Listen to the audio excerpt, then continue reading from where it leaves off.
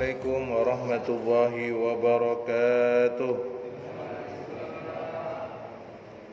Alhamdulillahilladzi arsala rasulahu bil huda wa dinil haqqi liyudhhirahu 'alad dini kullih wa kafaa billahi shahida.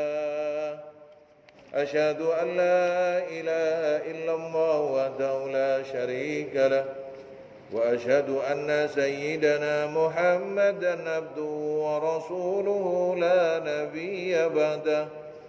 Allahumma salli wa sallim wa barik ala sayyidina Muhammad al-fatih lima uliq wal khatim lima sabaq nasiril haqqi bil haqqi wal hadi ila siratikal mustaqim wa ala alihi haqqa qadrihi wa miqdarihil azim. Qala Allah ta'ala fil Qur'anil Karim, a'udzu billahi minasy syaithanir rajim. Bismillahirrahmanirrahim. Innas safa wal marwata min sya'airillah. Faman hajjal baita aw itamara fala junaha alayhi yatawwafa bihima. Wa man tatawwa khairan fa innallaha syakirun alim.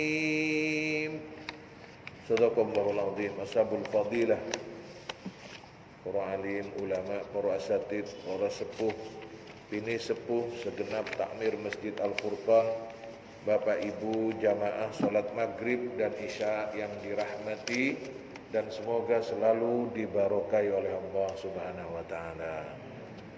Pertama, mari kita bersyukur kepada Allah. Semoga rasa syukur kita menjadi jalan bagi kita semua untuk selalu mendapatkan tambahan nikmat. Nikmat iman, nikmat Islam, nikmat ihsan. Sehingga kita semua termasuk dari golongan yang mendapatkan limpahan rahmat Allah untuk memperoleh umur yang panjang untuk beribadah kepada Allah Subhanahu wa taala, memperoleh keluasan rezeki yang halal, yang luas, yang barokah, yang menjadikan kita semakin bersyukur kepada Allah Subhanahu wa taala. Begitu pula rasa terima kasih kita kepada baginda Rasul. Allahumma salli ala sayyidina Muhammad wa ali sayyidina Muhammad. Semoga kita dengan rahmat Allah selalu istiqomah, ikhlas untuk selalu membaca salawat dan salam kepada Nabi Muhammad. Kemudian semoga dengan rahmat Allah kita semua bisa berupaya untuk mengamalkan sunnah dan bisa termasuk dari golongan yang telah mendapatkan syafaatil udhmah, pertolongan dari baginda Rasul indama istaddal qarab, ketika waktu itu keadaan begitu sulit, begitu berat pada hari kiamat, sehingga kita semua mendapatkan kebahagiaan di kehidupan dunia dan di kehidupan akhirat kelak. Amin ya rabbal alamin. Bapak Ibu serta siapapun yang menyaksikan kajian pada kesempatan ini, pada pertemuan terakhir ada pembahasan sedikit ya yang tersisa tentang bagaimana tentang perintah untuk melakukan sa'i di antara Safa dan Marwah. Bahwa disampaikan pada pertemuan terakhir bahwa Rasulullah Muhammad sallallahu alaihi wasallam bersabda, is'au fa innallaha kataba alaikumus sa'ya. Hendaklah kalian bersa'i dan sesungguhnya diwajibkan kepada kalian itu untuk melakukan sa'i.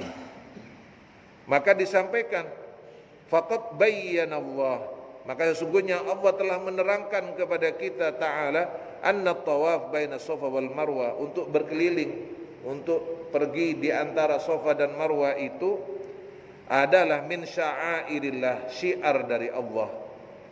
Ai mimma syara Allah Ta'ala li Ibrahim fi manasikil haji, atau dengan bahasa lain, sa'i di Safa dan Marwah, antara Safa dan Marwah itu sudah disyariatkan Allah kepada Nabi Ibrahim berkaitan dengan ibadah haji. Jadi manasik itu dari kata nusuk. Kalau manasik berarti ibadah, jamak ini. Pernah saya terangkan dulu. Mau kemana? Manasik haji. Nah, itu. Oh, berarti latihan. Bukan, itu ibadah. Bahasanya yang umum manasik itu latihan. Padahal manasik itu ya ibadah itu. Kalau latihan manasik masuk. Nah, itu. Jadi manasik itu, manasik haji itu adalah ibadah. Ini sudah ditetapkan Allah kepada Nabi Ibrahim untuk ibadah haji. Jadi sa'i itu bagian dari ibadah haji atau umrah.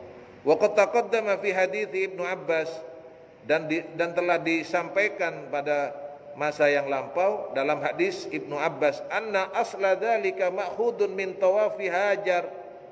Menurut Ibnu Abbas, manasik haji tentang sa'i ini diambil dari mana? Diambil dari tawafnya Ibu Hajar, berlari-larinya Ibu Hajar, wa taraddadaha, yang pergi berulang-ulang itu, Safa Marwah, baina Safa wal Marwah. Dalam rangka apa? Fi talabil ma'i, dalam rangka mencari air. Liwaladiha, untuk anaknya yang bernama Nabi Ismail. Lamma nafida ma'uhuma wa zadahuma hina tarakahuma Ibrahim alaihissalam hunalika. Ketika persediaan air Ibu Hajar dan Nabi Ismail itu habis setelah ditinggal oleh Nabi Ibrahim. Itu ayatnya itu. Rabbana inni askantu min dzurriyyati biwadin ghairi dzi zar'in inda baitikal muharrami rabbana liyuqimus shalah faj'al afidatan minan nasi tahwi ilaihim warzuqhum minat thamarati la'allahum yashkurun. Jadi itu doanya Nabi Ibrahim. Ya Allah, sungguh aku tinggalkan keturunanku, keluargaku di lembah yang tandus, yang tidak ada tanaman pepohonan, di tempat yang suci. Ya Allah, jadikanlah mereka keturunanku, keluargaku, termasuk dari golongan yang mendirikan salat. Maka jadikanlah ya Allah hati seluruh umat manusia condong. Ada yang memaknai condong, senang, ya, senang atau candu, kecanduan, ilaihim, ke tempat itu dan keluarga di situ. Dan berikanlah mereka rizki dari buah-buahan yang berlimpah, agar mereka semua menjadi orang-orang yang bersyukur. Ayat ini Pak, ya biasanya saya baca ayat ini aja. Ini juga bisa dipakai bagi panjenengan yang berpisah dengan putra atau putrinya. Mereka cari ilmu, mereka berusaha mereka macam-macam lah. Jadi kalau kita berpisah dengan anak kita bisa ya, cari ilmu atau berpisah jauh, bekerja apa dan sebagainya. Pokoknya niatnya ibadah, baca ya. Biar di sini mantap, di sana mantap. Pasrah kepada Allah, baca ya. Saya lanjut aja ini. Nanti setelah ini ada agenda lagi nih. Maka kemudian di waktu itu tidak ada seorang pun manusia kecuali Nabi Ismail dan Ibu Hajar. Falamma khafat ala waladi maddai'ahu nalika. Karena khawatir, sudah berusaha berlari-lari antara Safa dan Marwah. Khawatir ini Ibu Hajar ini, khawatir anaknya nanti kenapa-kenapa. Entah hilang, entah celaka. Qamat tatlubul ghauth minallahi azza wa jalla. Maka kemudian Ibu Hajar ini berdiri memohon ghauth, pertolongan dari Allah Subhanahu wa ta'ala. Jadi mulai dulu minta tolong itu biasa, istighosah itu biasa, minta tolong kepada Allah itu biasa. Falam tazal tataraddad fi hadhil bid'al musyrifa baina Safa wal Marwa. Maka itu pun masih berada di daerah situ, di lembah yang disucikan itu. Beliau Ibu Hajar ini meminta kepada Allah dengan cara bagaimana? Mutadzallilah, merendahkan dirinya di hadapan Allah. Jadi kita ini merendahkan diri hanya di hadapan Allah, Pak. Sudah semuanya.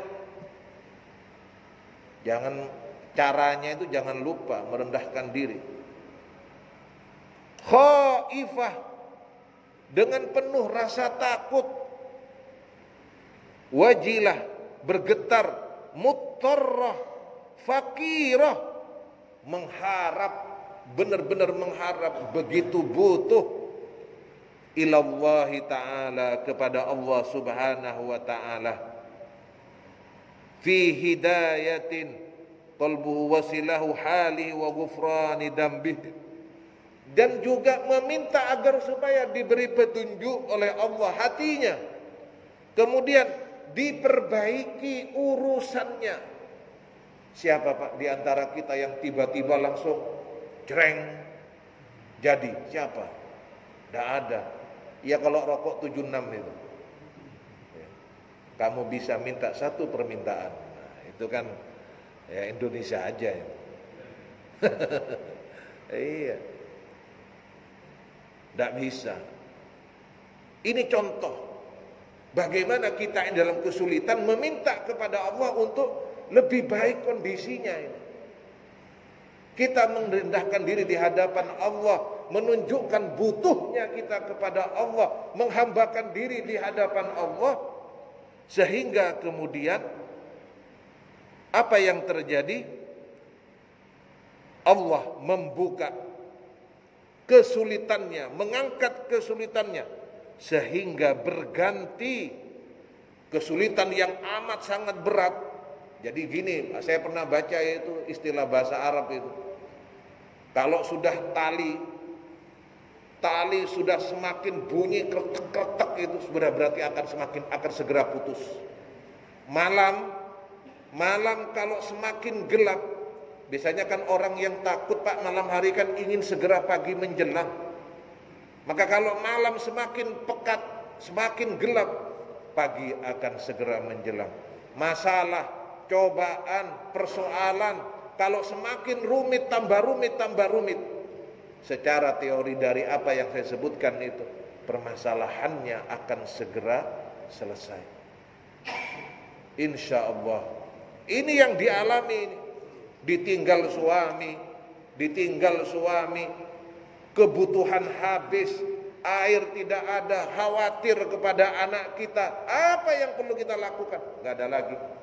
Sudah, berdiri, meminta pertolongan Allah, merendahkan diri kita di hadapan Allah, betapa butuhnya kita kepada Allah, yakin dengan pertolongan Allah sehingga diangkat semuanya itu. Wa amba'alahu zamzam, wa amba'alaha zamzam allati ma'uha. Maka kemudian Allah mengeluarkan sumber mata air Zam-Zam. Ta'amun ta'mun wa syifa'u saqamin. Ini makanan, ini minuman, bukan minuman biasa. Saya sudah membuktikan, Pak. Saya sudah cerita berapa kali mungkin ya. Jadi saya ini, kata hadis Nabi itu, Zam-Zam ini sesuai dengan niat yang meminumnya. Hadisnya Nabi itu. Bukan saya tidak percaya ke Nabi. Saya waktu haji saya coba itu niat. Saya coba tidak ke maktab. Saya 1 hari tinggal di Masjidil Haram. Gak keluar, gak makan. Cuma Zam-Zam terus. Allahu Akbar. Benar. Walaupun saya tidak makan, tapi Zam-Zam ini bahkan saya bisa ke belakang. Masya Allah. 1 hari itu, maksudnya 1 hari itu 5 waktu itu. Allahu Akbar. Atau bisa menjadi obat, wa syifa'u saqamin, bisa menjadi obat. Makanya kalau mau minum Zam-Zam, baca sholawat 3 kali, kemudian kita minta apa ini? Baca doanya, minta kemudian minta kesembuhan dan sebagainya. Fasai bainahuma yanbaghi lahu ayyastahdira. Ini Pak poinnya. Maka bagi orang yang melakukan sa'i antara Safa dan Marwah, wajib baginya ayyastahdira, menghadirkan faqrahu, ketergantungannya kepada Allah, wa dhillahu, merendahkan dirinya di hadapan Allah, wa hajatahu ila Allah, begitu butuhnya dia kepada Allah.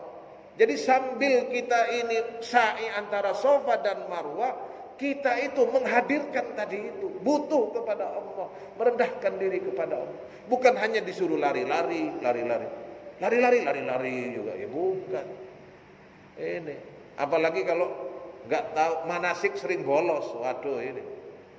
Lho lampu adik layu-layu, lampu bingung. Lampu hijau, waduh, hanya lampu hijau tok ini. Padahal di situ dicontohkan sudah sebagaimana diterangkan dalam tafsir Ibnu Katsir ini. Apa kemudian juga meminta ampunan, meminta petunjuk, meminta ampunan, wa ayyal taja ila Allah azza wa jalla, meminta penjagaan dari Allah. Litafriji ma huwa bihi minan naqais wal huyub. Kenapa kok kita minta perlindungan kepada Allah? Agar supaya Allah menutupi aib kekurangan kita. Makanya bolak-balik Allah itu tidak suka kalau kita ini justru suka buka-buka aib. Tidak baik. Jam berapa sih? Kurang berapa menit? 20. Ya, sebentar. Wa ayyadiu ila siratal mustaqim. Ketika saya juga meminta agar supaya diberi petunjuk kepada jalan yang lurus. Wa ayyuthabbitahu alaihi ila mamatihi wa ayyahawwilahu min halil ladzi wa alaihi min adz-dzunub wal ma'asi ila al-hamalil kamalil wa ghufran. Ketika saya juga minta kepada Allah agar supaya dia diperbaiki, dibimbing dari kondisi yang sebelumnya penuh dengan dosa, kesalahan, berubah dengan bimbingan Allah lebih baik. Itu hakikat sa'i itu. Agar supaya lebih baik, mendapatkan ampunan. Wassadat wal istiqamah. Bahkan juga minta agar supaya lebih mantap hatinya, istiqamah hatinya. Kama fa'ala bihajar alaihissalam, sebagaimana dilakukan oleh Ibu Hajar yang tetap istiqomah, percaya kepada suaminya ketika ditinggal oleh suaminya.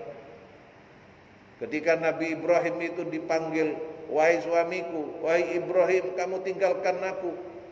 Apakah kamu akan ditinggalkan aku? Gak dijawab oleh Nabi Ibrahim sampai kemudian Ibu Hajar ini bilang, apakah ini perintah Allah? Ketika disebutkan bahwa Nabi Ibrahim mengatakan iya, ini perintah Allah. Ibu Hajar, kalau ini memang perintah Allah, Allah yang akan menjaga aku dan anakku.